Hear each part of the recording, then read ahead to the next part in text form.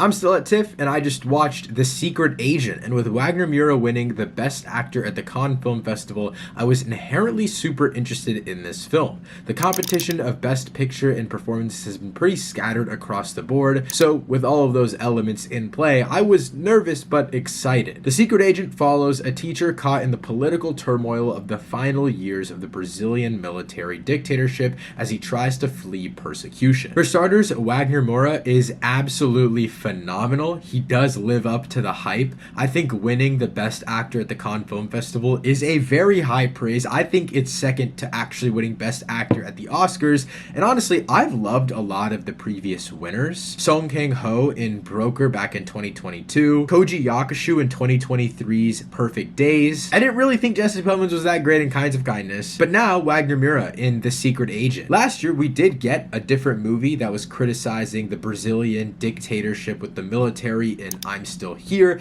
and that film was an absolute Oscars behemoth. Right out of the gate, I will say this film isn't nearly as good as that on any of the levels, but that's just me personally. I do think Wagner Moura delivers a phenomenal performance here, and what really solidified it for me was at the very end of this film, the character that he plays, like the main character of Marcelo, takes a shift, and we kind of get a different version of this Wagner Moura performance, and I'm trying to keep it as general as possible so I don't spoil anything. But we get a really interesting evolution of this character, I could say. From beginning to end, I do think that the idea of Marcelo and the way that this teacher surviving under the military dictatorship of Brazil, the way that this character evolves is really well done. I don't think the film evolves in a way like I'm Still Here, especially on the personal level of Marcelo, but I do think through the 2-hour and 50-minute runtime of the film, you do care about Marcelo as a character, but that for me doesn't really start until the second half, and that's where the runtime of it all comes into play. Just being under 3 hours long,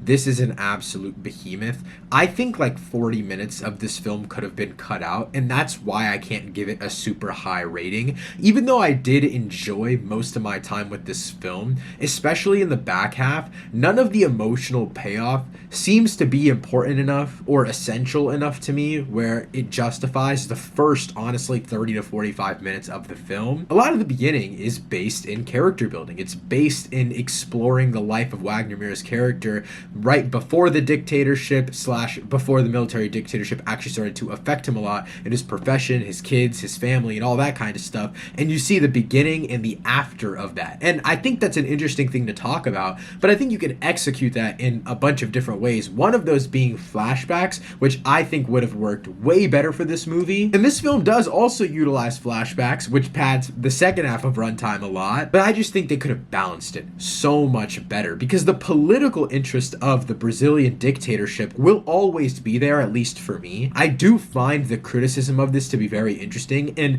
the way that different films are able to utilize different perspectives, like I'm Still Here is slightly an internal governmental perspective, but it's also a familial perspective. This takes into account the familial perspective, but it's more so about dual identities and hiding from the government and trying to find your own freedom. And obviously we're just following a teacher this time around. It's just not nearly based in family as much as I'm Still Here is, which I liked, but I still do think that they did really unique things here. I just don't think that it adds up to something meaningful because the runtime is just so long. The final act of this film, though, has a lot of moments that feel very well worth your time. I just feel like the first half doesn't have nearly enough important moments to justify being 40 minutes long. I kind of wish the flashback aspect of this film was used, yes, in a backstory sense, but also was kind of just cut out. We didn't need all of that depth, and that's really weird to say. I just think the second half is so entertaining and it's so interesting. A lot of this movie is based in having a death threat on your head and people like really searching for you and you having something to lose.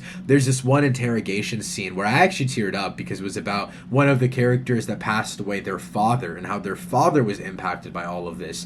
All of that was such an interesting idea to me, something that a perspective I'd never seen about this dictatorship, and I just find that to be such a unique angle. And then then they never go back to it. Like at a certain point, the film just has so much going on that you just can't excuse time for that storyline again. The back half of this film has so many interesting ideas and explores the thematic relevance of the entire film up to that point in a really interesting way. I just think when we get to the third act, and all of the thriller and mystery and escape type of stories going on, it was entertaining, but I was just kind of fed up with the runtime at that point. Overall, I'm gonna give The Secret Agent a 6.5 out of 10. Wouldn't be surprised if we get a couple of Oscar noms from this movie, especially in the lead actor role, which I absolutely love that performance. But that wraps up all my thoughts on The Secret Agent. Let me know what you thought of it in the comments down below. Thank you so much for watching. I'll see you next time. Peace.